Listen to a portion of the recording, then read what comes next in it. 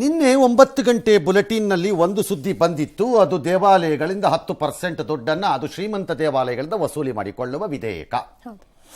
ನಾನು ಪರ್ಸೆಂಟೇಜ್ ಯಾಕೆ ಫಿಕ್ಸ್ ಮಾಡಕ್ಕೆ ಹೋದ್ರಿ ಅಂತ ಕೇಳಿದ್ವಿ. ಈಗ ಅದನ್ನ ರಾಜಕೀಯ ಮಾಡಿಕೊಂಡಿದ್ದಾರೆ. ಮೂಲ ಪ್ರಶ್ನೆಗಳಿಗೆ ಇಬ್ಬರು ಉತ್ತರವನ್ನ ಕೊಡುವ ಲಕ್ಷಣದಲ್ಲಿ ಇದ್ದಂಗೆ ಇಲ್ಲ. ಹಾಗಾಗಿ ನಾನೊಂದಷ್ಟು ವಿವರಗಳನ್ನ ಮಾತ್ರ ಪ್ರಶ್ನೆಗಳನ್ನ ಮಾತ್ರ ಕೊಡ್ತೀನಿ ಇವತ್ತು. ಇವರ ರಾಜಕಾರಣ ಅಲ್ಲ, ಆಯ್ತಾ? ಅದು ಧರ್ಮ ದಂಗಲ್ ಅಂತೆ. ಈಗ ಯಾವ ದಂಗಲ್ಲು ಅಲ್ಲ, ಪಂಗಲ್ಲು ಅಲ್ಲ. ಅದು ಇಟ್ಸ್ ಎ ಬ್ಯಾಡ್ ಅಡ್ಮಿನಿಸ್ಟ್ರೇಟಿವ್ ಲಾ ಅಷ್ಟೇ ನನ್ನ ಪ್ರಕಾರ. ಡಿಸ್ಕ್ರಿಮಿನೇಟಿವ್, ಪಕ್ಷಪಾತಿ ಕಾನೂನದು. ಅದು ನಮ್ಮ ಸಂವಿಧಾನಕ್ಕೆ ಸರಿ ಹೊಂದುವಂತಹ ಕಾನೂನು ಅಲ್ಲ ಅಷ್ಟೇ. ಅದು ರಾಜಕಾರಣ ಏನಾದ್ರು ಮಾಡ್ಕೊಳ್ಳಿ. ಹಿಂದೂ ಧಾರ್ಮಿಕ ಸಂಸ್ಥೆಗಳ ದತ್ತಿ ವಿಧೇಯಕಕ್ಕೆ ನಿನ್ನೆ ವಿಧಾನಸಭೆ ಅನುಮೋದನೆ ಕೊಟ್ಟಿತ್ತು. ಇವತ್ತು ಬಿಜೆಪಿಯವರು ಅವ್ರ ಮೇಲೆ ತಿರುಗಬಿದ್ರು. ದೇವಸ್ಥಾನಗಳನ್ನು ನಿರಂತರ ಲೂಟಿ ಮಾಡಿದ್ರು. ಹಿಂದೆ ಮೊಹಮ್ಮದ್ ಗಜ್ನಿ, ಇವತ್ತು ಸಿದ್ದರಾಮಯ್ಯ ಮಾಡ್ತಾ ಇದ್ದಾರೆ. ಭಕ್ತರ ಕಂಡಿ ಹುಂಡಿಗೆ ಕನ್ನ ಹಾಕಿದೆ ಕಾಂಗ್ರೆಸ್ ಸರ್ಕಾರ. ಹಿಂದೂಗಳಿಗೆ ದ್ರೋಹ, ಕೊಂಡೂ ಹೋದ ಅಂತೆಲ್ಲ ಬಿಜೆಪಿಯವರು ಟ್ವೀಟ್. ಅದಕ್ಕೆ ನಮ್ಮ ದೇವಸ್ಥಾನ ನಮ್ಮ ಹಕ್ಕು ಅಂತ ಇದೊಂದು ಹೊಸ ಸ್ಲೋಗನ್ಗಳು. ಎಲ್ಲದಕ್ಕೂ ನಮ್ಮ ಹಕ್ಕು, ನಮ್ಮ ಇದು ಅಂತ. ಹಿಂದೂ ವಿರೋಧಿ ಕಾಂಗ್ರೆಸ್ ಅಂತೆಲ್ಲ ಹಾಕ್ಕೊಬಿಟ್ರು. ಆದರೆ ವಿಜಯೇಂದ್ರ ಅವರು ಹಾಕಿದ್ದಾರೆ, ಅದನ್ನು ಮಾಡಿದ್ದಾರೆ. ಅಲ್ಲಿಂದಾನೇ ಸ್ಟಾರ್ಟ್ ಆಗಿರಬೇಕು ಅದು ಮೋಸ್ಟ್ಲಿ. ಸರಿ, ನೋ ಹುಂಡಿ ಕಾಣಿಕೆ ಅಂತೇನೋ ಒಂದು ಅದನ್ನು ಬೇರೆ ಮಾಡ್ಕೊಂಡಿದ್ದಾರೆ ಕೆಲವರು ಎಲ್ಲ. ಈ ಮಧ್ಯೆ ಹಿಂದೂ ಪರ ಸಂಘಟನೆಗಳು ಒಂದಷ್ಟು ಕಿಡಿಕಾರಿವೆ. ಸರ್ಕಾರಿ ನೌಕರರಿಗೂ ಕೂಡ ಸಂಬಳ ಕೊಡ್ತಕ್ಕಂಥ ಸಾಧ್ಯತೆ ಕಡಿಮೆ ಆಗ್ತಾ ಇದೆ. ಶ್ರೀಮಂತ ದೇವಾಲಯಕ್ಕೂ ಕೂಡ ಕನ್ನ ಹಾಕ್ತಕ್ಕಂಥ ಕೆಲಸ ರಾಜ್ಯ ಸರ್ಕಾರ ಇವತ್ತು ಮಾಡ್ತಾ ಇದೆ. ದೇವಸ್ಥಾನದ ಹಣಕ್ಕೆ ಕನ್ನ ಹಾಕೋದ್ರ ಬದಲು ವಿಧಾನಸೌಧದ ಮುಂದೆ ಒಂದು ಹುಂಡಿಯನ್ನ ಇಟ್ಟರೆ ಬಹುಶಃ ಬಂದಂತ ದಾನಿಗಳು ಅಲ್ಲ. ಸರ್ಕಾರ ಇನ್ನೂ ಪೂರಕವಾಗಿ ದೇವಸ್ಥಾನಗಳಿಗೆ ಭಕ್ತರು ಬಂದು ಹೋಗುವ ಹಾಗೆ ಆ ಅಭಿವೃದ್ಧಿ ಆಗೋದಕ್ಕೆ ಅದಕ್ಕೆ ಏನು ಅನುಕೂಲಗಳು ಬೇಕೋ ಅದನ್ನ ಹೆಚ್ಚಿಗೆ ಮಾಡೋದು ಬಹಳ ಒಳ್ಳೆಯದು. ಇದನ್ನೆಲ್ಲ ಸ್ವಲ್ಪ ಕೈ ಬಿಟ್ರೆ ಬಹಳ ಒಳ್ಳೆಯದು ಅಂತ. ಅದು ಮೊದಲಿಂದನೂ ಸ್ವಲ್ಪ ಬಂದಿದೆ, ಅದು ಈಗ ಅದನ್ನ ಕೈ ಬಿಟ್ರೆ ಬಹಳ ಒಳ್ಳೆಯದು. ಕಾಂಗ್ರೆಸ್ನವ್ರು ಏನ್ ಹೇಳ್ತಾರೆ? ದೇಗುಲಗಳ ಆದಾಯದ ವಿಚಾರದಲ್ಲಿ ಬಿಜೆಪಿ ಮಾಡ್ತಾ ಇರುವಂತಹ ಆರೋಪದಲ್ಲಿ ಯಾವುದೇ ಹುರುಳಿಲ್ಲ ಅಂತ ಕಾಂಗ್ರೆಸ್ನವರ ವಾದ. ಬಿಜೆಪಿ ನಾಯಕರ ಆರೋಪ ಆಧಾರ ರಹಿತ, ಸುಮ್ಮನೆ ಜನರ ದಾರಿ ತಪ್ಪಿಸ್ತಾ ಇದ್ದಾರೆ, ಸುಳ್ಳು ಹೇಳುವ ಕೆಲಸ ವಿಜಯೇಂದ್ರ ಸೂಕ್ತ ಅಂತ ಸಿಎಂ ವಾಗ್ದಾಳಿ ನಡೆಸಿದ್ರು. ವಿಜಯೇಂದ್ರ ಆರೋಪಕ್ಕೆ ಮುಜರಾಯಿ ಸಚಿವ ರಾಮಲಿಂಗಾರೆಡ್ಡಿ ಕೂಡ ತಿರುಗೇಟ್ ಕೊಟ್ಟರು. ಬೊಕ್ಕಸ ತುಂಬಿಸಿಕೊಳ್ಳಲು ಹಿಂದೂ ದೇವಾಲಯಗಳ ಆದಾಯದ ಮೇಲೆ ವಕ್ರದೃಷ್ಟಿ ಕಾಂಗ್ರೆಸ್ ಸರ್ಕಾರ ಬೀರಿದೆ ಅಂತ ಹೇಳ್ತಾ ಇದ್ದೀರಿ. ಆದ್ರೆ ಇದು ಇಂದಿನ ವಿಧೇಯಕ ಅಲ್ಲ, 2011ರಿಂದ ಜಾರಿಯಲ್ಲಿದೆ. ನಿಮ್ಮದೇ ಸರ್ಕಾರ ಇದ್ದಾಗ್ಲೂ ಈ ವಿಧೇಯಕ ಇತ್ತು. ಆಗ ನಿಮ್ಮ ಸರ್ಕಾರ ಹಿಂದೂಗಳ ಮೇಲೆ ವಕ್ರದೃಷ್ಟಿ ಬೀರಿತ್ತ ಅಂತ ಪ್ರಶ್ನೆ ಮಾಡಿದ್ದಾರೆ. ಅರಿವಿಲ್ಲದೆ ಇರ್ತಕ್ಕಂಥವರು ಬಿಜೆಪಿ ಅಧ್ಯಕ್ಷರು ಈ ರೀತಿ ಅಪಾದನೆ ಮಾಡ್ತಿರ್ತಕ್ಕಂಥದ್ದು ಯಾವ ಪುರುಷಾರ್ಥನೋ ನನಗಂತೂ ಗೊತ್ತಾಗ್ತಿಲ್ಲ. 2011ರಲ್ಲಿ ಯಾವ ಪಕ್ಷ ಇದ್ದಿದ್ದು ಅಧಿಕಾರದಲ್ಲಿ? ಬಿಜೆಪಿ ಪಕ್ಷನೇ ಅಧಿಕಾರದಲ್ಲಿದ್ದರು. ಇದೆಲ್ಲ ಬಿಜೆಪಿ ಸರ್ಕಾರನೇ ಹಾಕಿರ್ತಕ್ಕಂಥದ್ದು. ಯಾವುದೇ ದೇವಸ್ಥಾನದ ಹಣ ಸರ್ಕಾರದ ಖಜಾನೆಗೆ ಬರೋದಿಲ್ಲ. ಈ ಕಾಯ್ದೆ ಬಂದಾಗ್ಲಿಂದ ಸಿ ಗ್ರೇಡ್ ದೇವಸ್ಥಾನಗಳು ಕೂಡ ಏನು ಹಣ ಬರುತ್ತೆ ಅದರಲ್ಲಿ 50% ಸಿ ಗ್ರೇಡ್ ದೇವಸ್ಥಾನಗಳ ಅಭಿವೃದ್ಧಿಗೆ ಅಂತ ನಾವು ಪ್ಲಾನ್ ಮಾಡ್ಕೊಂಡಿದ್ವಿ. ಅಷ್ಟು ಹಣ ಸಿ ಗ್ರೇಡ್ ದೇವಸ್ಥಾನಗಳಿಗೆ, ಆರ್ಚಕರಿಗೆ, ನೌಕರ ವರ್ಗಕ್ಕೆ ಖರ್ಚು ಮಾಡ್ತೀವಿ. ವಿವಾದ ಮಾಡೋದೇ ಅವ್ರ ಕೆಲಸ, ಹುಟ್ಟುಗುಣ. ಎಸ್ ಸರ್, ಇದು ಗೊಂದಲ ಯಾಕಾಗ್ತಾ ಇದೆ? ಯಾರು ಸರಿ ಸರ್ ಇದರಲ್ಲಿ? ಫಸ್ಟ್ ಆಫ್ ಆಲ್, ಹಿಂದೂ ಧಾರ್ಮಿಕ ದತ್ತಿ ಕಾಯ್ದೆ ಏನಿದೆ ಅದೇ ಬೋಗಸ್ಸು, ಅದೇ ಇರಬಾರ್ದಾಗಿತ್ತು ನನ್ನ ಪ್ರಕಾರ. ಅದು ಮಾಡಿದ್ದೇ ಸರಿ ಇಲ್ಲ. ರಾಜ್ಯ ಸರ್ಕಾರ ಈಗ 25ನೇ ತಾರೀಕು ನಾಳೆ ಸೆಕ್ಯುಲರ್ ರಾದರ್ ಸಂವಿಧಾನದ ಆಧಾರದ ಮೇಲೆ ಸಮಾವೇಶ ಎಲ್ಲ ಮಾಡ್ತಿದ್ದಾರೆ. ಸೆಕ್ಯುಲರ್ ಸರ್ಕಾರಕ್ಕೆ, ಜಾತ್ಯತೀತ ಸರ್ಕಾರಕ್ಕೆ ದೇವಸ್ಥಾನಗಳು, ಮಸೀದಿ ಮತ್ತು ಚರ್ಚಲ್ಲಿ ಏನು ಕೆಲಸ? ನಿಮಗೇನು ಕೆಲಸ ಅಲ್ಲಿ? ನಿಮ್ಮ ಅಧಿಕಾರಿ, ಸರ್ಕಾರದ ಅಧಿಕಾರಿ ದೇವಸ್ಥಾನದಲ್ಲಿ ಆಡಳಿತಾಧಿಕಾರಿಗೆ ಕೂತ್ಕೊಳ್ಳೋಕೆ ಅವನಿಗೇನು ಕೆಲಸ? ಯಾಕಿರ್ಬೇಕು ಅವನಲ್ಲಿ?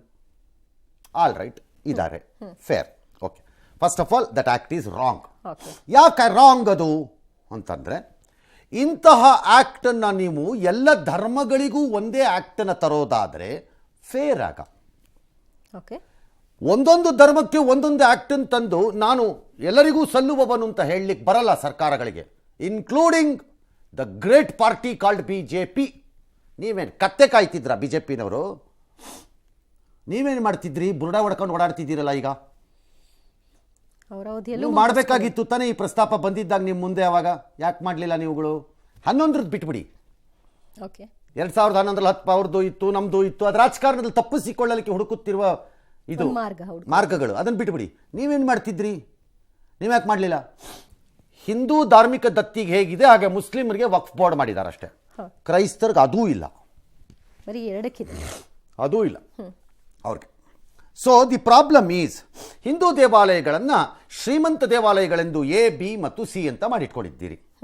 ಈಗ ಎ, ಬಿ ಶ್ರೀಮಂತ ದೇವಾಲಯಗಳಿಂದ ದುಡ್ಡನ್ನು ವಸೂಲಿ ಮಾಡ್ಕೊಳಕ್ಕೆ ಹೋಗ್ತಾ ಇದ್ದೀರಿ, ಅಥವಾ ಮಾಡ್ತಿದ್ರು ಮುಂದುವರಿಸ್ತಾ ಇದ್ದೀರಿ. 8 ಕೋಟಿ ಬರ್ತಿತ್ತಂತೆ, 10 ಕೋಟಿ ಬರ್ತಿತ್ತಂತೆ, ಈಗ 60 ಕೋಟಿ ಬರ್ಬೋದು, 40 ಕೋಟಿ ಬರ್ಬೋದು, 70 ಕೋಟಿ ಬರ್ಬೋದು. ಏನೋ ಒಂದು ಮಾಡ್ಕತ್ತೀರಿ, ದುಡ್ಡನ್ನು ಆದಾಯ ಎತ್ಕತ್ತೀರಿ ಜಾಸ್ತಿ ಮಾಡಿರೋದ್ರಿಂದ ಶ್ರೀಮಂತ ದೇವಸ್ಥಾನದಿಂದ. ನನ್ನ ಕ್ವಶನ್ ಈಸ್, ಸರ್ಕಾರ ಎಲ್ಲರಿಗೂ ಸಲ್ಲುವ ಪ್ರಜೆಗಳ ಸರ್ಕಾರವಾಗೋದೇ ಆದರೆ ಯಾವ್ಯಾವ ಮಸೀದಿಗಳನ್ನು ಎ, ಬಿ, ಸಿ ಮಾಡಿದ್ದೀರಿ? ಮಾಡಿಲ್ಲ ನೀವು. ಯಾವ್ಯಾವ ಚರ್ಚ್ಗಳು ಎ, ಬಿ, ಸಿ ಆಗಿದೆ? ಇಲ್ಲ. ಅವುಗಳಲ್ಲಿ ಆದಾಯನೇ ಇಲ್ಲ, ಅಲ್ಲಿ ದುಡ್ಡೇ ಬರ್ತಿಲ್ಲ ಅಂತ ಹೇಳಿ ಹಂಗಾರೆ. ಅಲ್ಲಿ ಹುಂಡಿಗೆ ಸಂಗ್ರಹ ಆಗಲ್ಲ. ಇಲ್ಲ, ಅಲ್ಲಿ ಯಾಕಿಲ್ಲ, ಅಲ್ಲಿಂದ ಯಾಕೆ ಬರಲ್ಲ ದುಡ್ಡು? ಅಲ್ಲೂ ಶ್ರೀಮಂತದಿಂದ ಬರಬೇಕಲ್ಲ ದುಡ್ಡು, ಅಲ್ಲೂ ಬರುತ್ತೆ. ಹೇಗೆ ಮಾಡಿದ್ದಾರೆ, ಅಲ್ಲೆಂಗೆ ಮಾಡಿದ್ದಾರೆ, ಹಾಂ ಸರ್. ಆಮೇಲೆ ಹೇಳ್ತೀನಿ. ಫಸ್ಟ್ ಎ, ಬಿ, ಸಿ ಅಲ್ಲಿಲ್ಲ, ಇಲ್ಲಿ ಯಾಕೆ ಮಾಡ್ತೀರಿ? ಯಾವ ಎ ಅಥವಾ ಬಿ, ಯಾವುದೋ ಕೆಲವು ದರ್ಗಾಗಳೋ ಅಥವಾ ಯಾವುದೋ ಕೆಲವು ಮಸೀದಿನೋ ಅಥವಾ ಚರ್ಚ್ಗಳಲ್ಲೋ ಹಣ ಅಲ್ಲೂ ವಸೂಲಿ ಆಗತ್ತಲ್ಲ, ಹೌದು. ಅದನ್ನು ನಿಗಾ ಇಡಕ್ಕೆ ಅಲ್ಲಿ ಯಾಕೆ ಸರ್ಕಾರಿ ಅಧಿಕಾರಿಗಳಿರಲ್ಲ? ಅದೆಷ್ಟು ನಾನು ಅದಕ್ಕೆ ಹೇಳಿದ್ದು, this act it self is per ಸೆ ವಯೋಲೇಟಿವ್ ಆಫ್ ದಿ ಕಾನ್ಸ್ಟಿಟ್ಯೂಷನ್ ಇದು ಅಂತ. ಈ ಆಕ್ಟ್ ಮಾತ್ರ ರೂಲ್ಸ್. ಅಲ್ಲಿ ಯಾಕೆ ಅಧಿಕಾರಿಗಳಿಲ್ಲ? ಅಲ್ಲಿ ಎಷ್ಟು ಕಲೆಕ್ಟ್ ಆಯ್ತು ಅಂತ ಗೊತ್ತಾಗೋದು ಹೇಗೆ ಸರ್? ಹೇಗೆ ನಿಗಾ ಇಡೋರು ಯಾರು? ಓಕೆ, ಚರ್ಚು ಮತ್ತು ಮಸೀದಿಗಳಲ್ಲಿ ಧರ್ಮ ಬೋಧನೆಯ ಕಾರ್ಯ ನಡೆಯುತ್ತೆ. ಯಾವ ದೇವಸ್ಥಾನದಲ್ಲಿ ಧರ್ಮ ಬೋಧನೆ ಕಾರ್ಯವನ್ನು ಮಾಡಿದ್ದೀರಿ? ವಸೂಲಿ ಮಾಡ್ಕ ಹಾಕೋ ಜೋಬಳಕ್ಕೆ ಹೋಗು. ಭಾಳ ಜಾಸ್ತಿ ಅಂದರೆ ಇಲ್ಲೊಂದು ಕಟ್ಟಡ ಕಟ್ಟು, ಇಲ್ಲೊಂದು ಬೋರ್ ತೋರಿಸು, ಅಲ್ಲೊಂದು ಗೋಡೆ ಕಟ್ಟು, ಇಲ್ಲೊಂದು ಇದು ಮಾಡು, ಇದರಲ್ಲಿ ಒಂದು ಕಿಚನ್ಗೆ ಒಂಚೂರು ಒಂದಷ್ಟು ಎಕ್ವಿಪ್ಮೆಂಟ್ಸನ್ನು ಹಾಕು, ಅಷ್ಟೇ. ಧರ್ಮ ಬೋಧನೆ ಕಾರ್ಯ ಎಲ್ಲಾಗಿದೆ? ಬರೀ ATM ತರ ನೋಡ್ತಿದ್ದಾರೆ. ಹೆಂಗಾಗಿದೆ ನಿಮಗೆ? That is why I said it is A wrong act. ಅದು ಮಾಡಿದ್ದೇ ಸರಿಯಲ್ಲ, ತಪ್ಪು. ಓಕೆ, ಮುಸ್ಲಿಮರದಕ್ಕೆ ಹೋಗಿ ಈಗ ವಾಪಸ್ಸು ನೀವು. ಹಾಂ ಸರ್. ವಕ್ಫ್ ಇಲ್ಲಿ ದುಡ್ಡನ್ನು ಏನಕ್ಕೆ ಕಿತ್ಕೋತಾ ಇದ್ದೀರಿ ಎ ಮತ್ತು ಬಿ ನಲ್ಲಿ ಅಥವಾ ಶ್ರೀಮಂತ ದೇವಾಲಯದಲ್ಲಿ? ಬಿಕಾಸ್ ಸಿ ದೇವಸ್ಥಾನಗಳು ಬಡತನದಲ್ಲಿರುತ್ತವೆ, ಕಷ್ಟದಲ್ಲಿರುತ್ತವೆ, ಅವಕ್ಕೆ ದೀಪ ಹಚ್ಚಕ್ಕೂ ಆಗಲ್ಲ, ಅಲ್ಲಿ ಅರ್ಚಕರಿಗೆ ದುಡ್ಡು ಕೊಡಬೇಕು, ಮಕ್ಕಳಿಗೆ ಕೊಡಬೇಕು, ಅವ್ರಿಗೆಲ್ಲ ಪಿಂಚಣಿ ಸ್ಕಾಲರ್ಶಿಪ್ ಕೊಡ್ತೀವಿ, dash dash dash. Fair fair. But ಅದನ್ನು ನೀವು ಈ ದುಡ್ಡನ್ನು ಸಂಬಳದ ರೂಪದಲ್ಲಿ ಆ ದುಡ್ಡನ್ನು ತೆಕ್ಕೊಳಕ್ಕೆ ಬರಲ್ಲ. ಯಾಕೆ? ಈ ದುಡ್ಡು ಧಾರ್ಮಿಕ ದತ್ತಿ ಇಲಾಖೆಯ ಕಾಮನ್ ಅಂದರೆ ಸಾಮಾನ್ಯ ಖಾತೆಗೆ ಹೋಗಿ ಸೇರ್ಕೊಳ್ಳುತ್ತೆ ಈ ದುಡ್ಡು. ನೀವು ಅದ್ರಲ್ಲಿ ತೆಗೆದವ್ರಿಗೆ ಇದು ಕೊಡೋಕ್ಕೆ ಬರಲ್ಲ. ರಾಮಲಿಂಗಾರೆಡ್ಡಿ ಅವರು, ಸರ್ ನೀವು ಹೇಳ್ತಿರೋದು ಹಂಗಾಗಲ್ಲ. ಕಾಮನ್ ಪೂಲ್ಗೆ ಬಂದಾಗ ದುಡ್ಡು ನೀವು ಅದನ್ನು ತೊಗೊಂಡೋಗಿ ವೇತನದಲ್ಲಿ ಕೊಡೋಕ್ಕೆ ಬರಲ್ಲ, ಬೇರೆದೆಲ್ಲ ಕೊಡ್ಬೋದು ಬೇಕಾದ್ರೆ. ಇದರ ಸಂಗ್ರಹ ಅದಕ್ಕೊಂದು ಧಾರ್ಮಿಕ ಪರಿಷತ್ ಅಂತ ಮಾಡ್ಕೊಂಡಿರ್ತಾರೆ, ಆ ಪರಿಷತ್ ಹೇಳಿದ್ದಂಗೆ ಸ್ಪೆಂಡ್ ಮಾಡ್ತಾ ಹೋಗ್ತೀರಿ. ನಮ್ಗೆ ಲೆಕ್ಕ ಎಲ್ಲಿ ಸಿಕ್ಕಬೇಕದು? ಯಾರೋ ಎಷ್ಟು ಕೊಟ್ಟಿದ್ದೀರಿ ಏನು ಅಂತ? ಯಾರು ಬ್ಯಾಲೆನ್ಸ್ ಶೀಟ್ ಕೊಡ್ತೀರಾ ನೀವೇನಾರುವೆ? ಎಂಥದ್ದು ಇಲ್ಲ ನಮಗೆ. There is no balance sheet to us. ಹಾಗಾಗಿ ಆ ದುಡ್ಡು ಎಲ್ಲ ಹೋಗುತ್ತೆ ಅನ್ನೋ ಲೆಕ್ಕ ಸಿಕ್ಕಲ್ಲ ಕರೆಕ್ಟಾಗಿ, ಸರಿಯಾಗಿ ಅದಕ್ಕೆ ಬಳಕೆ ಆಗ್ತಿದೆಯಾ? ಫೇರ್, ಬಿಟ್ಬಿಡೋಣ ಅದನ್ನೂ. It's all right. ಎ ಮತ್ತು ಬಿ ಶ್ರೀಮಂತ ಸರ್ಕಾರಗಳಿಂದ ಸಿ ಬಡ ದೇವಸ್ಥಾನಗಳಿಗೆ ಒಳ್ಳೇದಾಗ್ಲಪ್ಪ ಅಂದರೆ ಆಗ್ಲಿ ಬಿಡ್ರಿ, ಅದಕ್ಕೆ ಏನು ದೇಶ ನಿಮ್ಮ ಗಂಟೆನೋ ಹೋಗತ್ತೀಗ ಅಂತ ಅನ್ಬೋದು ನೀವು. Okay, fair, correct. ಮತ್ತೆ ಪ್ರಶ್ನೆ ಇದೆ, ಶ್ರೀಮಂತ ಹಿಂದೂ ದೇವಸ್ಥಾನದಿಂದ ತೆಗೆದ ದುಡ್ಡನ್ನು ನೀವು ಅರ್ಚಕರಿಗೆ ಕೊಡೋದ್ರಲ್ಲಿ ನೀವು ಯಾವ ದೊಡ್ಡವರು? ನೀವರಾಗಲಿ BJP ಅವರಾಗಲಿ ನೀವು ಯಾವ ದೊಡ್ಡವರು? ವೇರಾಸ್ ಮುಸ್ಲಿಂ ಇದರಲ್ಲಿ ಕೊಡಬಾರ್ದು ಅಂತ ನಾನು ಹೇಳಿಲ್ಲ, ಕೊಡಬಾರ್ದು ಅಂತ ಹೇಳಿಲ್ಲ ನಾನು. ಆ ತಾರತಮ್ಯ ಹೇಗೆ ಅಲ್ಲೋಲ ಕಲ್ಲೋಲ ರೀತಿಯಲ್ಲಿ ನೀವು ಕಾನೂನುಗಳನ್ನು ಮಾಡ್ತೀರಿ ಏನಕ್ಕೆ? ಮುಸ್ಲಿಂ ಇದರಲ್ಲಿ ಆ ಮಸೀದಿಲಿರೋ ಅದೇನೋ ಮುತಾವಳಿನೋ ಅಥವಾ ಯಾರೋ ಅದನ್ನ ನಡೆಸೋರ್ಗೋ ಅಥವಾ ಅಜಾನ್ ಕೂಗ್ತಾರೆ ಅನ್ನೋರ್ಗೋ 3,000 ರೂಪಾಯಿ 4,000 ರೂಪಾಯಿ ಎಲ್ಲ ದುಡ್ಡು ಕೊಡ್ತೀರಿ. ಹೌದು, ನೀವು ಕೊಡ್ತೀರಿ ಸರ್. ಎಲ್ಲಿಂದ ಕೊಡಿಸ್ತೀರಿ? ವಕ್ಫ್ ಬೋರ್ಡಿಂದ ಕೊಡಿಸ್ತೀರಿ. ವಕ್ಫ್ ಬೋರ್ಡ್ಗೆ ಆದಾಯನೇ ಇಲ್ಲದಿದ್ದಾಗ ವಕ್ಫ್ ಬೋರ್ಡ್ಗೆ ಯಾರು ದುಡ್ಡು ಕೊಡಬೇಕು? ಸರ್ಕಾರನೇ ಕೊಡಬೇಕು. ಆದಾಯ ಇಲ್ಲದ ಜಾಗಕ್ಕೆ ಸರ್ಕಾರ ದುಡ್ಡು ಕೊಡ್ತಿದ್ದೀರಿ. ಇಲ್ಲಿ ಆದಾಯ ನಮ್ಮದೇ ಆದಾಯ ತೆಗೆದು ನಮಗೆ ವಾಪಸ್ ಕೊಟ್ಟು ದೊಡ್ಡ ಕೆಲಸ ಮಾಡ್ತಾ ಇದೀವಿ ಅಂತ ತೋರಿಸ್ತಾ ಇದ್ದೀರಲ್ಲ, ಹೆಂಗೆ ದೊಡ್ಡ ಕೆಲಸ ಆಗತ್ತದು? ಹೆಂಗೆ ದೊಡ್ಡ ಕೆಲಸ ಆಗತ್ತದು? ನೀವೇ ಕೊಡಿ ಸರ್ಕಾರದವರು, ಅಲ್ಲಿ ಕೊಡ್ತಿರೋ ಹಾಗೇನೆ. ಇದು ಅಟ್ಲೀಸ್ಟ್ ಮುಸ್ಲಿಂ ಇಂದ್ರಲ್ಲಿ ವಕ್ಫ್ ಬೋರ್ಡಾರು ಇದೆ, ಕ್ರೈಸ್ತರಲ್ಲದು ಇಲ್ವಲ್ಲ. ಯಾಕೆ ಮಾಡಬಾರ್ದು? ಹಿಂದೂ ಕ್ರೈಸ್ತ ಮುಸ್ಲಿಂ ಎಲ್ಲ ಒಂದೇ ಅನ್ನೋದು ಸೆಕ್ಯುಲರ್ ಅಥವಾ ಸಂವಿಧಾನದಲ್ಲಿ ಅನ್ನೋದೇ ಆದರೆ ಒಂದೇ ಕಾನೂನು ಬರಬೇಕು, ಬೇರೆ ಬೇರೆ ಕಾನೂನು ಬರೋಕ್ಕಾಗಲ್ಲ. ಅಲ್ಲಿ ದಾನಗಳೇ ಇಲ್ಲ ಅಂತ ನೀವು ಹೇಳಕ್ ಬರಲ್ಲ. ನಮ್ಮ ಪ್ರಕಾರದಲ್ಲಿ ಮಂಗಳಾರತಿ ತಟ್ಟೆನೋ ಹುಂಡಿನೋ ಇಲ್ಲದೆ ಇರ್ಬೋದೇನೋ, ಬಟ್ ಬೇರೆ ರೂಪದಲ್ಲಿ ದಾನ ಇರಬೇಕಲ್ಲ ಅಲ್ಲವೇ. ಹಾಗಾದ್ರೆ ಝೀರೋನಾ ಹೇಳಿ ನೋಡೋಣ. ಅಂದರೆ ದೇರ್ ಇಸ್ ನೋ ಮಾನಿಟರಿಂಗೇ ಇಲ್ಲ. ಹಂಗಾರೆ ನಿಮಗೆ ಅಲ್ಲಿ ಮೂವ್ಮೆಂಟ್ ಆಫ್ ಫೈನಾನ್ಸಸ್ ಏನು ಅಂತ ಇದೆ. ವಕ್ಫ್ ಬೋರ್ಡ್ನಲ್ಲಿ ಇತರೆ ಆದಾಯದಲ್ಲಿ 7% ಕೊಡಬೇಕು ಅಂತ ಮಾಡ್ಕೊಂಡಿದ್ದಾರೆ. ಇತರೆ ಆದಾಯ ಅಂದರೆ ಒಂದು ಮಸೀದಿಯ ಮುಂಭಾಗದಲ್ಲಿ ಒಂದು 15 ಅಂಗಡಿ ಕಟ್ಟಿರ್ಬೋದು, ಅದರಿಂದ ಅಥವಾ ಅಲ್ಲಿ ಏನೋ ಒಂದು ಮೈದಾನ ಯಾವುದಕ್ಕೋ ಬಾಡಿಗೆ ಕೊಡ್ಬೋದು ಅವರು, ಡ್ಯಾಶು ಏನೋ ಮಾಡ್ಬೋದು ಅವರು, ತಪ್ಪಲ್ಲ ಅದು ಆದಾಯ ಮಾಡೋದು. ಅದರಲ್ಲಿ 7% ಇತರೆ ಆದಾಯ. ಅದೇ ರೀತಿ ಹಾಗಾದರೆ ಸಮತೋಲಿತವಾದ ಭೂಮಿಯಲ್ಲಿ ಆಟ ಆಡೋಣ ಅನ್ನೋದೇ ಆದರೆ ನೀವು ಇಲ್ಲೂ ಇತರೆ ಆದಾಯದಲ್ಲಿ AB ಇದು ದೇವಸ್ಥಾನದಿಂದ ತಗೊಳ್ಳಿ, ಹುಂಡಿಗೆ ಕೈ ಹಾಕ್ತೀರಿ, ಎಲ್ಲಿ ಹುಂಡಿ ಆದಾಯಕ್ಕೆ ಕೈ ಹಾಕ್ತೀರಿ, ಇಲ್ಲೂ ಇತರೆ ಆದಾಯದಲ್ಲೇ ತಗೊಳ್ಳಿ ಹಂಗಾರೆ. ಹೆಚ್ಚು ಸಂಗ್ರಹ ಎಕ್ಸಾಕ್ಟ್ಲಿ.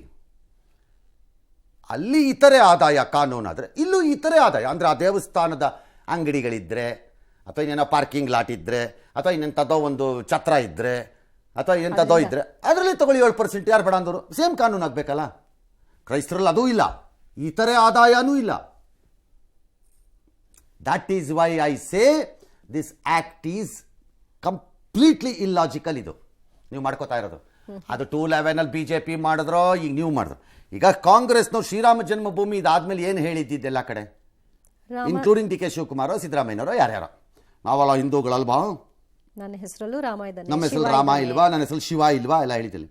ಯು ಆರ್ ತಾನೇ, then bring level playing field. ಹಂಗಾರೆ ನೀವೇ ಹಿಂದೂಗಳ ಪ್ರತಿನಿಧಿಗಳಾಗಿ, ಯಾರು ಬೇಡ ಅಂದರು, ಅವ್ರು ಮಾಡದೇ ಇದ್ದಿದ್ದು ನೀವು ಯಾಕೆ ಮಾಡಬಾರ್ದು? ಹಾಗಾದ್ರೆ ಅವ್ರು ಯಾವುದನ್ನ ಹೆಚ್ಚು ಹೈಲೈಟ್ ಮಾಡ್ತಿದ್ದಾರೆ? ಹಿಂದೂ ದೇವಸ್ಥಾನಗಳನ್ನು ಈ ರೀತಿ ಬಳಸ್ಕೊಳ್ತಿರೋದು ಇವತ್ತಿಂದು ಅಲ್ಲ, ನೆನ್ನೆದು ಅಲ್ಲ, ಡಿಫೆಂಡ್ ಮಾಡ್ತಾ ಇದ್ದೀರಿ.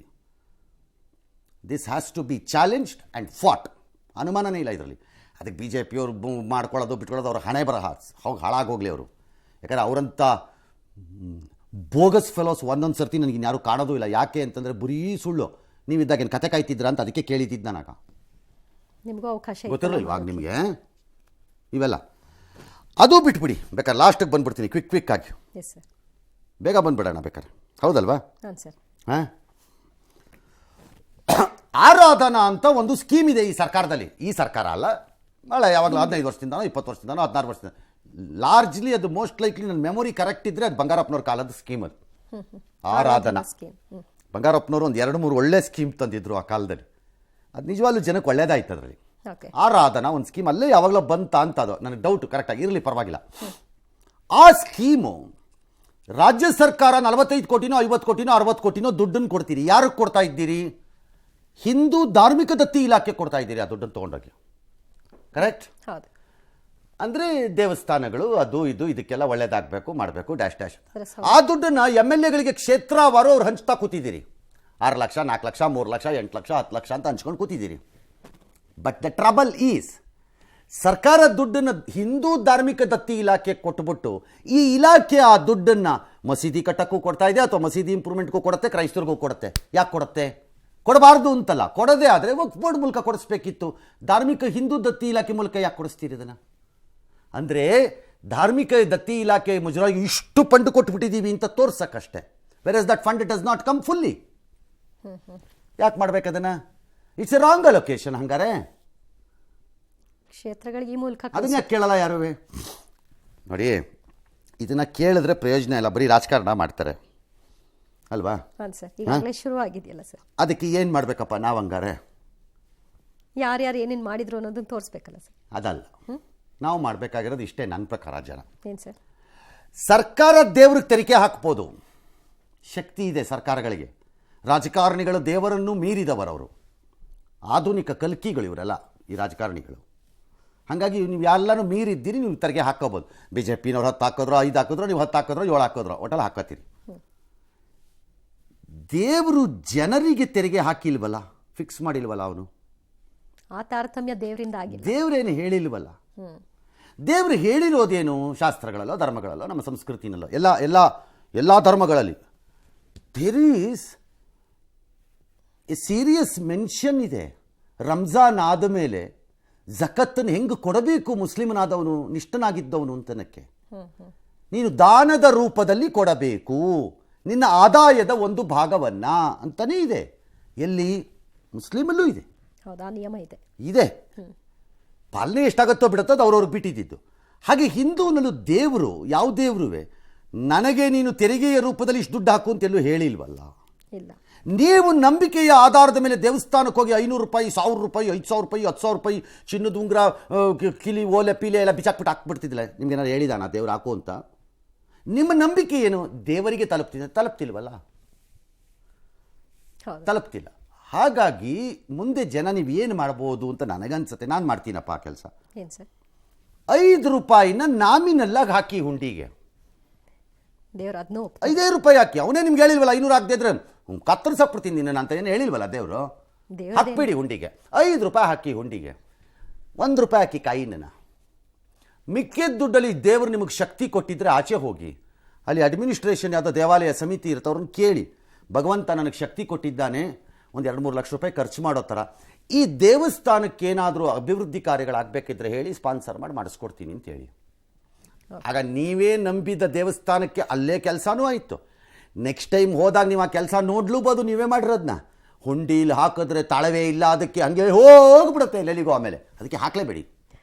5 ರೂಪಾಯಿ ಹಾಕಿ, 5 ರೂಪಾಯಿ ಮೇಲೆ ಹಾಕ್ಬೇಡಿ, 1 ರೂಪಾಯಿ ಹಾಕಿ. ಯಾಕಂದರೆ ನೀವು ಹಾಕುತ್ತಿರುವ ದುಡ್ಡು ಆ ದೇವರನ್ನು ಸೇರಲ್ಲ. ಹಾಗಾಗಿ ಹಾಕ್ಬೇಡಿ. ಈ ಡಿಸಿಷನ್ಗೆ ಬರಬೇಕು. ಎಲ್ಲಿವರೆಗೂ ಇದನ್ನು ರಿಪೇರಿ ಮಾಡಲ್ವೋ ಅಲ್ಲಿವರೆಗೆ ಇದನ್ನು ತೆಗೆದು ಹಾಕ್ಬಿಡ್ಲಿ, ಆಮೇಲೆ ನೋಡ್ಕೊಳ್ಳಿ. ಸರಿ ಮಾಡಬೇಕು, ಎಲ್ಲರಿಗೂ ಸಮಾನವಾಗಿ ಮಾಡಿ. ಆಗ ಅದು ಸರಿಯಾದ ಕಾನೂನಾಗತ್ತೆ. ಅದು ಬಿಟ್ಟು 11ರಲ್ಲಿ ನಾವು ಅವ್ರು ಮಾಡಿರಲಿಲ್ವಾ ಅಂತ ನೀವು ಮಾಡಿ ತಪ್ಪೀಗ ಅಂತ ಇವರು, ನೀವು ಹಿಂದೂ ವಿರೋಧಿಗಳು ಅಂತ ಕಾಂಗ್ರೆಸ್ನವ್ರು ಹಿಂದೂ ವಿರೋಧಿಗಳು. ನೀವೇನಾಗಿದ್ರಪ್ಪ ಅಧಿಕಾರದಲ್ಲಿದ್ದಾಗ? ಘನಂದಾರಿ BJPಯ ಮಹಾನ್ ನಾಯಕರು ನೀವೇನಾಗಿದ್ರಿ ಹೇಳ್ರಿ? ಕಡ್ದು ಕೊಮಟೆ ಹಾಕಿದ್ದನ್ನ ನೋಡಿದ್ದೀನಲ್ಲ. ಅವ್ರನ್ನ ಕೇಳ ಆಂಧ್ರಲ್ಲಿ ಅವ್ರದ್ರಲ್ಲಿ ಇಲ್ವಾ? ಅವ್ರದ್ದಿತ್ತು ಸರ್, ಅವ್ರು ಯೂಸ್ಲೆಸ್ ಫೆಲೋಸು ಸರ್ ರಾಮಲಿಂಗಾರೆಡ್ಡಿ ಅವರೇ. ನಿಮ್ಮ ಹತ್ರ ರಾಮನೂ ಇದ್ದಾನೆ, ಶಿವನೂ ಇದ್ದಾನೆ. ನಿಜ, ರಾಮಲಿಂಗಾರೆಡ್ಡಿ ನಿಮ್ಮ ಹೆಸರಲ್ಲೂ ರಾಮನೇ ಇದ್ದಾನೆ. ಹಾಗಾಗಿ ನೀವು ಎಲ್ಲ ಸಮಾನ ಕಾನೂನನ್ನು ತನ್ನಿ, ಎಲ್ಲ ಸರಿ ಹೋಗುತ್ತೆ. ಎಸ್. ಆಗೇನು ಮಾಡಿದ್ರು ಇವತ್ತೇನು ಏನೂ ಮಾಡಿಲ್ಲ, ಈಗಲೂ ಏನೂ ಮಾಡಿಲ್ಲ. ಎಲ್ಲ ಬರೀ ಬೋಗಸ್ಸು. ನೀವು ಜನ ಏನಾದ್ರು ನಂಬ್ಕೊಂಡು ಹೋಗಿ ಮತ್ತೆ ನಿಮ್ಮ ಕೈಯಲ್ಲಿ ಚಿನ್ನ ಬೆಳೆ ಹಾಕ್ಬೇಡಿ. ನಿಮ್ಗೆ ಹಾಕಲೇಬೇಕು ಅನಿಸಿದ್ರೆ ಈ ಟಿ ವಿಲೆಲ್ಲ ಸಿಕ್ಕಾಪಟ್ಟೆ ಬರ್ತಾ ಇರುತ್ತೆ. ನಾವು ನಿಮ್ಮ ಚಿನ್ನವನ್ನು ಮಾರ್ಕೆಟ್ ದರದಲ್ಲಿ ಖರೀದಿ ಮಾಡುತ್ತೇವೆ ಅಂತೆಲ್ಲ ಆಗ್ತಿರ್ತಾರೆ. ಕೊಟ್ಬಿಟ್ರೆ ಹೇಳ್ತೀನಿ, ಕೊಟ್ಬಿಟ್ಟು ದುಡ್ಡು ತಗೊಂಡು ಹೋಗ್ಬಿಟ್ಟು ಕೇಳಿ ಸರ್ ಆ ದೇವಸ್ಥಾನದವ್ರಿಗೆ ಏನು ಕೆಲಸ ಆಗಬೇಕು ಕೇಳಿಗ ಅಂತ ಹಾಕ್ಬೇಡಿ. ಎಲ್ಲಕ್ಕೆ ತಲುಪ್ತು ಅನ್ನೋದು ತಲುಪಿಸಿ ಹಾಕ್ಬೇಡಿ ಅಲ್ಲಿಗೆ. ಗುಂಗ್ರಾನೂ ಬಿಚ್ಚಬೇಡಿ, ಒಲೆನೂ ಬಿಚ್ಚಬೇಡಿ, ಜೋಬಂತೂ ಓಪನೇ ಮಾಡಬೇಡಿ. 5 ರೂಪಾಯಿ ಹಾಕ್ಬಿಟ್ಟು ಒಳ್ಳೇದು ಮಾಡಪ್ಪ ಅಂದ್ಬಿಟ್ಟು ಬನ್ನಿ, ನೋಡೋಣಪ್ಪ ಅದು ಯಾವ ದೇವರು ನಮ್ಗೆ 5 ರೂಪಾಯಿ ಹಾಕಿದ್ದಕ್ಕೆ ಶಿಕ್ಷೆ ಕೊಡ್ತಾನೆ ಅಂತ ನಾನು ನೋಡಬಿಡ್ತೀನಿ. ಅದು ಯಾವ ದೇವ್ರು ಶಿಕ್ಷೆ ಕೊಡ್ತಾನೆ 5 ರೂಪಾಯಿ ಹಾಕಿದೀಯಾ ಅಂತ ಅಂದ್ಬಿಟ್ಟು. ಇನ್ಕಮ್ ಟ್ಯಾಕ್ಸ್ ಟೈಪಲ್ಲಿ ನೋಟಿಸ್ ಕೊಡ್ತೀನಿ ನಿನಗೆ ಅಂತ ದೇವರು ಏನು ಅನ್ನಲ್ವಲ್ಲ, ಹಾಗೇನಿಲ್ಲ, ಏನಿಲ್ವಲ್ಲ. ಹಾಕ್ಬೇಡಿ. ವೆರಾಸ್ ಯೂಸ್ ದಟ್ ಮನಿ ಫಾರ್, ನಿಮ್ಗೆ ನಂಬಿಕೆ ಇದ್ರೆ ಆ ದೇವಸ್ಥಾನದಲ್ಲೇ ಯೂಸ್ ಮಾಡಿ, ಇಲ್ಲರಿ ಇನ್ನೊಂದು ದೇವಸ್ಥಾನದಲ್ಲಿ ಯೂಸ್ ಮಾಡಿ. ನಿಮ್ಗೆ ಯಾವುದು ನಂಬಿಕೆ ಇದ್ದರೆ ನೀವೇ ಇಟ್ಕೊಳ್ಳಿ, ಏನು ಬೇಕಾದ್ರೂ ಮಾಡಿ. 4 ಗಿಡ ನೆಡಕ್ಕೆ ಕೊಡಿ ದುಡ್ಡನ್ನು, 4 ಮಕ್ಳಿಗೆ ಫೀಸ್ ಕಟ್ಟಿಸಿ. ಸೂರಿಲ್ಲದೆ ಅನಾಥರಾಗಿ ಇರ್ಬೋದಾದಂಥ ಯಾವ್ದಾದ್ರು ಹೆಣ್ಮಕ್ಳು ಹೆಣ್ಮಕ್ಳುಗಳು ಇದ್ದರೆ ಅವ್ರಿಗೊಂದು ಶೆಡ್ ಹಾಕಿ ಕೊಡಿ. ದೈಹಿಕವಾಗಿ ಸಮಸ್ಯೆಯಲ್ಲಿ ಸಿಕ್ಕಾಕೊಂಡಿರೋರಿಗೆ ಯಾರಿಗಾರು ಒಂದು ಬಿಸ್ನೆಸ್ ಮಾಡೋಕ್ಕೆ ಒಂದು ಸಣ್ಣ ಒಂದು ತಿಂಗಳದ್ದು ಒಂದು ಸಾಮಾನು ಪರ್ಚೇಸ್ ಮಾಡಿಕೊಡಿ. ನೆನೆಸ್ಕೋತಾರೆ, ಅವ್ರ ದೃಷ್ಟಿಯಲ್ಲಿ ನೀವು ದೇವರಾಗ್ತೀರ, ನೆನೆಸ್ಕೋತಾರೆ ಅಟ್ಲೀಸ್ಟು. ಇದು ಯಾಕೆ ಮಾಡ್ತಿದ್ದೀರಿ ಹಂಗನ್ಬಿಟ್ಟು ದೇವ್ರನ್ನ ಕೈ ಬಿಡಿ ಅಂತ ಹೇಳಿಲ್ಲ, ಬಿಡೋಕ್ಕಾಗಲ್ಲ ನಾವು. ಹಂಗಾಗಿ 5 ರೂಪೀಸ್, ಓನ್ಲಿ 5 ರೂಪೀಸ್. ಇನ್ನು ಬಜೆಟ್ನಲ್ಲೂ ಸರ್ ಧಾರ್ಮಿಕ ದೇವಸ್ಥಾನಗಳಿಗೆ ಸಂಸ್ಥೆಗಳಿಗೆ ಅಂತ 17 ಕೋಟಿ ಇಡ್ತಾರೆ, ಈ ಕಡೆಗೆ ಅಲ್ಪಸಂಖ್ಯಾತರಿಗೆ ಅಂತ 100 ಕೋಟಿ. ಅಲ್ಲಿಯೂ ಕೂಡ ತಾರತಮ್ಯ ಕಾಣಿಸುತ್ತೆ. ಈಗ ತಾರತಮ್ಯ ಅನ್ನೋದನ್ನೇ ಹಿಡ್ಕೊಂಡು ಸ್ಟಾರ್ಟ್ ಮಾಡೋದು ಅದಕ್ಕೆ ಎಂಡ್ ಇಲ್ಲ. ನಾನು ಐ ಆಮ್ ನಾಟ್ ಅಡ್ವೊಕೇಟಿಂಗ್ ಇಲ್ಲಿ ಕೂತ್ಕೊಂಡು ಧರ್ಮಗಳ ನಡುವಿನ ತಾರತಮ್ಯ ಅಲ್ಲ ನಾನು ಮಾತಾಡ್ತಿರೋದು. ನಾನು ಮಾತಾಡ್ತಿರೋದು ಸಂವಿಧಾನದ ಪ್ರಕಾರ ಸಮಾನ ಕಾನೂನನ್ನು ತನ್ನಿ, ಅಷ್ಟೇ ನಾನು ಹೇಳ್ತಿರೋದು. ಎಲ್ಲರಿಗೂ ಒಂದೇ ತನ್ನಿ, ಸೇಮ್ ತನ್ನಿ, ಅದೇನಾರೂ ಆಗಿರಲಿ, ಎಲ್ಲರೂ ಒಪ್ಪೋ ರೀತಿಯಲ್ಲಿ ಒಂದೇ ತನ್ನಿ. AB ದೇವಸ್ಥಾನ ಆದಂಗೆ AB ಮಸೀದಿ ಆಗುತ್ತೆ, AB ಚರ್ಚ್ ಆಗುತ್ತೆ. AB ದೇವಸ್ಥಾನದಿಂದ 10% ಇದ್ದರೆ AB ಇಲ್ಲ ಆಡಳಿತಾಧಿಕಾರಿ, ಅಲ್ಲೂ ಒಬ್ಬ ಆಡಳಿತಾಧಿಕಾರಿ ಇರ್ತಾನೆ. ಇಲ್ಲಿ 10%, ಅಲ್ಲೂ 10% ಕೊಟ್ಟು 10% ತನ್ನದು. ಎಲ್ಲರೂ ಎಷ್ಟಾರು ಆಗಲಿ, 1000 ರೂಪಾಯಿ ಆಗಲಿ, 5000 ರೂಪಾಯಿ ಆಗಲಿ, ಸಂಗ್ರಹ ಏನಾದರೂ ಬರಬೇಕು. ಸಮಾನ ಕಾನೂನಾಗಬೇಕೇ ಹೊರತು ಅಲ್ಲೊಂದು. ಇನ್ನು ರಾಮ ಜನ್ಮಭೂಮಿ ಅಯೋಧ್ಯೆಯಲ್ಲಿ ರಾಮ ಮಂದಿರ ಲೋಕಾರ್ಪಣೆಯಾಗಿ ಇಂದಿಗೆ ಸರಿಯಾಗಿ 1 ತಿಂಗಳು. ಬಾಲಕರಾಮನ ಪ್ರಾಣ ಪ್ರತಿಷ್ಠಾಪನೆ ಮೌಲ್ವಿ ಇಮಾಮ್ಗಳಿಗೆ 55 ಕೋಟಿ ಬಿಡುಗಡೆ ಮಾಡಿದಾರಂತೆ ಗೌರವಧನ ಕೊಡಕ್ಕೆ. ಸರ್. ಆದಾಯ ಏನು 8 ಕೋಟಿ ಅಂತೆ. ಹಾಗಿದ್ರೆ ಇಲ್ಲೂ ನೀವೇ ಕೊಟ್ಬಿಡಿ ದೊಡ್ಡವರಾಗಿ, ದೇವರ ಕೃಪೆಗೆ ಪಾತ್ರರಾಗಿ. ಹೌದು, ಯಾರು ಬೇಡ ಅಂದವ್ರು ನಿಮ್ಮನ್ನ? ಯಾರು ಹೇಳಲ್ವಲ್ಲ. ಎಸ್. ಇನ್ನು ಈ ಅವಧಿಯಲ್ಲಿ 50 ಲಕ್ಷಕ್ಕೂ ಹೆಚ್ಚು ಭಕ್ತರು ಬಾಲಕರಾಮನ ದರ್ಶನವನ್ನ ಈಗ ಪಡ್ಕೊಂಡಿದ್ದಾರೆ. ಈ ಒಂದು ತಿಂಗಳಲ್ಲಿ ನಿತ್ಯ ಕನಿಷ್ಠ 1 ಲಕ್ಷ ಮಂದಿ ಅಯೋಧ್ಯೆಗೆ ಹೋಗ್ತಾ ಇದ್ದಾರೆ. ಲಕ್ಷಾಂತರ ಭಕ್ತರ ಭೇಟಿಯಿಂದಾಗಿ ಅಯೋಧ್ಯೆಯಲ್ಲಿ ವ್ಯಾಪಾರ ವಹಿವಾಟು ಕೂಡ ವೃದ್ಧಿಯಾಗಿದೆ. ಈ ಮಧ್ಯೆ ಗುಜರಾತ್ನ ಮೆಹಸಾನಾದಲ್ಲಿ ನಿರ್ಮಿಸಲಾಗಿದ್ದಂತಹ ವಲ್ಲಿನಾಥ ಧಾಮ ಮಂದಿರವನ್ನ ಪ್ರಧಾನಿ ಮೋದಿ ಲೋಕಾರ್ಪಣೆ ಮಾಡಿದ್ದಾರೆ. ರಾಮ ಮಂದಿರ ನಿರ್ಮಾಣವಾದರೂ ಕಾಂಗ್ರೆಸ್ ಮಾತ್ರ ದ್ವೇಷ ಬಿಟ್ಟಿಲ್ಲ ಅಂತ ಕಿಡಿಕಾರಿದ್ದಾರೆ. All right. ದೇವಸ್ಥಾನದಿಂದ ಬಡತನದ ನಿರ್ಮೂಲನೆ ಆಗುತ್ತಾ? ಓ ದೇವರೇ, ನಿನ್ನನ್ನು ಯಾರು ಕಾಪಾಡಬೇಕು? ಅದ್ಯಾಕೆ ಸರ್ ದೇವ್ರನ್ನ ಕಾಪಾಡೋದು? ದೇವ್ರನ್ನೇ ಕಾಪಾಡಬೇಕು ಅಂತ ನಾನು ಕೇಳ್ತಿದ್ದೆ. ಯಾಕೆ ಸರ್? ದೇವರೇ ಕಾಪಾಡಪ್ಪ ಅಂತೀವಿ, ದೇವ್ರನ್ನೇ ಕಾಪಾಡಬೇಕೀಗ ಅರ್ಜೆಂಟಾಗಿ. ಯಾಕೆ ಸರ್ ಹಿಂಗೆ? ಯಾಕೆ ಹಿಂಗೆ ಹಿಂಗೆ ಆಡ್ತಾರಲ್ಲ, ದ್ವೇಷ ಇಟ್ಸ್ ವೆರಿ ಅನ್ಫೇರ್ ಆ್ಯಕ್ಟ್. ಸಮಾನ ಕಾನೂನುಗಳಾದರೆ ತಪ್ಪಿಲ್ಲ, ಅದರಲ್ಲಿ ಯಾವ ತಪ್ಪು ಅಲ್ಲ. ಈಗ 55 ಕೋಟಿ ಮೌಲ್ವಿ ಇಮಾಮ್ಗಳಿಗೆ ಸರ್ಕಾರ ಕೊಟ್ಟಿದೆ ಅಂತಂದರೆ ಕೊಡಿ, ಕಷ್ಟದಲ್ಲಿದ್ದವರು ಕೊಡಿ, ಯಾರಾದ್ರೆ ಏನು ಮನುಷ್ಯರು. ಹಾಗೆ ಇನ್ನೊಂದು ಕಡೆಗೂ ಕಾನೂನು ಮಾಡ್ಕೊಳ್ಳಿ. ಅದೇ ರೀತಿ ಇಲ್ಲಿ ಹಿಂದೂ ದೇವಾಲಯದ ಹುಂಡಿ ಕಾಸು ತಗೊಂಡೋಗಿ ನೀವು ಅರ್ಚಕರಿಗೆ ಸಂಬಳ ಕೊಡ್ತೀನಿ ಅನ್ನೋದಿದ್ರೆ ನೀವು ಯಾವ ದೊಡ್ಡ ಮನುಷ್ಯರು ಅಂತ ನಾನು ಕೇಳೋದು. ನೀವೇ ಸರ್ಕಾರದವ್ರು ಕೊಡಿ. ಆಮೇಲೆ ಧರ್ಮ ಸಂಸ್ಥಾಪನೆ ಕಾರ್ಯ ಏನಾಗ್ತಾ ಇದೆ ದೇವಸ್ಥಾನಗಳಲ್ಲಿ? ಚರ್ಚಲಾಗತ್ತೆ, ಮಸೀದಿಲಾಗತ್ತೆ. ಎಷ್ಟು ದುಡ್ಡು ಸ್ಪೆಂಡ್ ಮಾಡಿದ್ದೀರಿ ಧರ್ಮ ಪ್ರಚಾರ ಕಾರ್ಯದಲ್ಲಿ? ಎಷ್ಟು ಮಾಡಿದ್ದೀರಿ? ಅದ್ಯಾಕದು ಧರ್ಮ ಕೇಂದ್ರ ಆಗಬಾರ್ದದು, ಧಾರ್ಮಿಕ ಕೇಂದ್ರ ಆಗಬಾರ್ದದು? ಅದ್ರ ಬಗ್ಗೆ ಅದ್ಯಾಕೆ ಆಗಬಾರ್ದು? That is the question. ಹಾಗಾಗಿ ಜನಕ್ಕೆ ನಮಗೆ ಹಕ್ಕು ಮತ್ತು ಅಧಿಕಾರ ಇಲ್ಲ, ನಾವು ಅಸಹಾಯಕರು ಇವ್ರುಗಳ ಮುಂದೆ, ಈ ಆಧುನಿಕ ದೇವರುಗಳು ಮತ್ತು ಮಹಾರಾಜರುಗಳ ಮುಂದೆ. ಹಾಗಾಗಿ ನಾವು ಅವ್ರಿಗೆ ಪಾಠ ಕಲಿಸ್ಬೇಕು ಅನ್ನೋದಿದ್ರೆ ಅವ್ನು ಯಾವೊಂದು ಸರ್ಕಾರನಾರು ಹಾಕೊಳ್ಳಿ, BJPನವ್ರು ಹಾಕೊಳ್ಳಿ, ಕಾಂಗ್ರೆಸ್ನವ್ರು ಹಾಕೊಳ್ಳಿ, ಇನ್ನೊಂದಾರು ಹಾಕೊಳ್ಳಿ, ಅಂತಿದ್ರೆ ನನ್ನ ಸ್ಕೀಮ್ ಕರೆಕ್ಟಾಗಿದೆ. 5 ರೂಪಾಯಿ ಶಕ್ತಿ ಇದ್ದರೆ 5 ರೂಪಾಯಿ, ಇಲ್ಲದಿದ್ದರೆ 1 ರೂಪಾಯಿ ಅಷ್ಟಕ್ಕೆ ಸೀಮಿತ ಮಾಡ್ಕೊಳ್ಳಿ. ಅಷ್ಟಕ್ಕೆ ಹಾಕಬೇಕು. ಹಾಕಿ ಉಳಿದದ್ದನ್ನು ನಾನು ಆಗಲೇ ಹೇಳಿದ್ದೆ, ಯಾರ ಮರ ನೆಡುತ್ತಿದ್ದಾರೆ ಕಡಿ